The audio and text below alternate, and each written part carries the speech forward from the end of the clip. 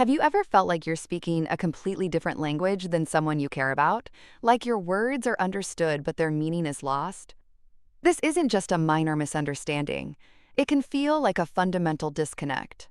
Today, we explore why this happens and what we can do about it. For many, especially neurodivergent individuals, this feeling of being misunderstood is a daily reality. It's the constant effort to translate your thoughts, your feelings, your very way of being, into a framework that others can grasp. This effort is often exhausting.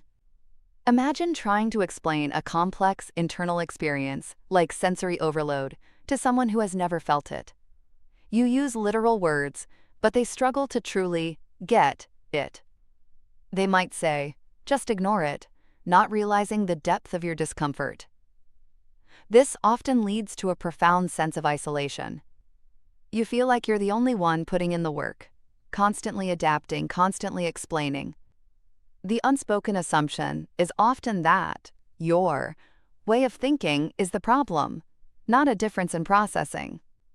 From a neurotypical perspective, these communication challenges can be equally frustrating.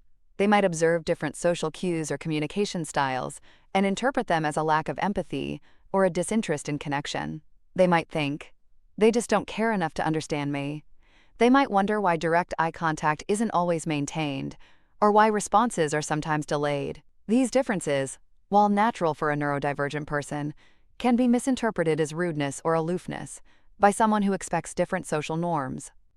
The neurotypical individual might feel that their partner is not trying hard enough to fit in or to understand their perspective.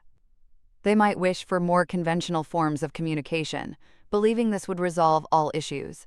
This leads to a cycle of misunderstanding. Both parties feel unheard, unseen, and frustrated. Both believe the other is somehow deficient in their ability to connect, when in reality, they are simply operating from different neurological frameworks. This phenomenon is known as the double empathy problem. It suggests that communication breakdown between neurodivergent and neurotypical people is a two-way mismatch, not a deficit in the neurodivergent person. Both parties struggle to empathize with a mind that works fundamentally differently from their own.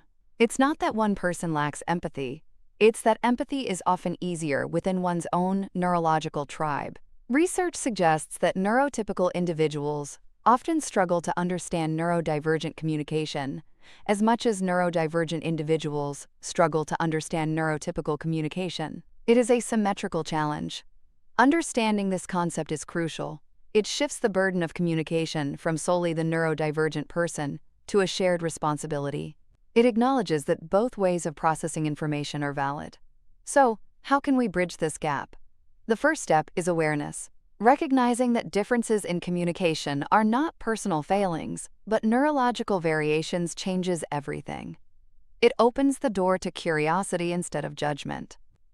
For neurotypical individuals, this means actively seeking to understand neurodivergent communication styles. This might involve asking clarifying questions, accepting different forms of eye contact, or allowing for processing time. It also means recognizing that normal, social rules are not universal. What seems like a lack of engagement might simply be a different way of showing attention or processing information. Be patient and open-minded. For neurodivergent individuals, it involves finding ways to express your needs and communication preferences clearly and directly. This could mean stating, "I need a moment to process this," or "Direct questions help me understand." It also means understanding that neurotypical individuals may not intuitively grasp your experiences.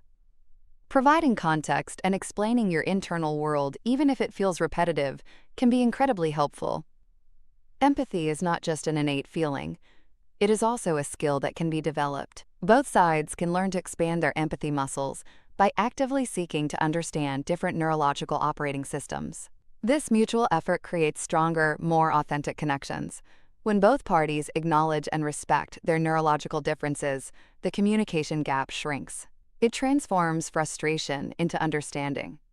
The double empathy problem reminds us that true connection isn't about one person changing to fit another. It's about both people learning to meet each other in the middle, celebrating the richness that diverse minds bring to our world. Let's build bridges, not walls.